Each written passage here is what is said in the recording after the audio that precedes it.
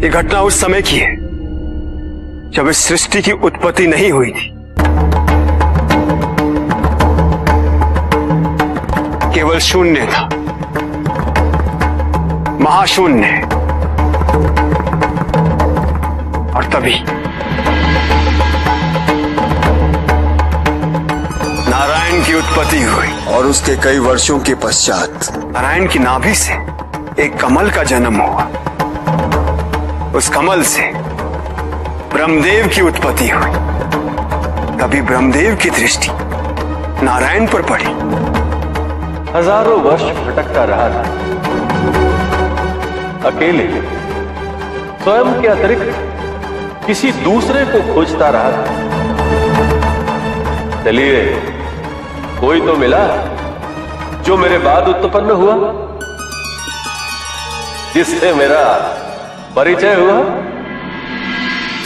दोनों में इस बात को लेकर विवाद शुरू हो गया, अर्थात कि कौन किससे पहले आया, अर्थात किससे किसकी उत्पत्ति हुई। तभी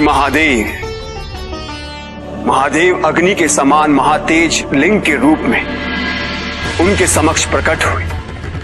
आप दोनों में श्रेष्ठ कौन है, इसका निर्णय मैं करूंगा। आप में से जो भी इस लिंग के अंतिम छोर या शाश्वत अंत तक पहुंच जाएगा, वही श्रेष्ठ कहलाएगा। और दोनों उसकी खोज में निकल पड़े। ब्रह्मदेव ऊपर की ओर गए और नारायण नीचे की ओर, किंतु दोनों को उस लिंग का छोर दिखाई नहीं दे रहा था। इसका कोई अंत नहीं, यह अनंत ज्ञान की तरह है। केतकी, यही अंत है? नहीं ब्रह्मदेव, मुझे ज्ञात है, मैं ही सर्वश्रेष्ठ हूं, मैं ही प्रथम हूं। इस अनंत छोर को मुझे खोजने की क्या आवश्यकता है? मैं तो स्वयं अनंत हूं।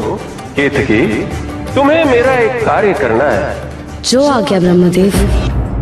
ब्रह्मदेव, संभवतः आपने इस अग्नि स्तंभ का प्रारंभ पा लिया होगा। केतकी का फूल इसका प्रमाण है, और सत्य है ये।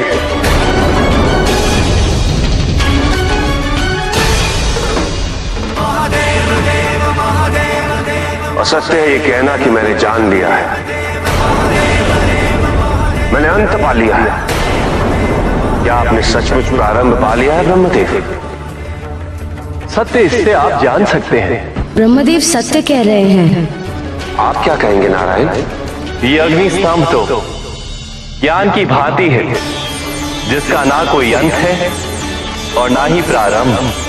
ब्रह्मदेव, आप दोनों का जन्म इसी अग्निस्तंभ से हुआ है, इसी ऊर्जा से, मुझसे हुआ है। सब कुछ जान लेने की धारणा ही तो अहंकार है, और आप में तो निर्माण के ज्ञान का अहंकार है। आप सृष्टिकर्ता तो होंगे, लेकिन आपके इस अहंकार के कारण आप कभी पूजे नहीं जाएंगे। ब्रह्मदेव द्वारा असत्य कहे जाने पर महादेव ने अनंत काल के लिए उनकी पूजा पर प्रतिबंध लगा दिया। स्वयं ब्रह्मदेव और नारायण भी महादेव की महिमा को नहीं समझ सके। क्या तुम अब भी समझते हो कि महादेव का मूल्यांकन संभव है?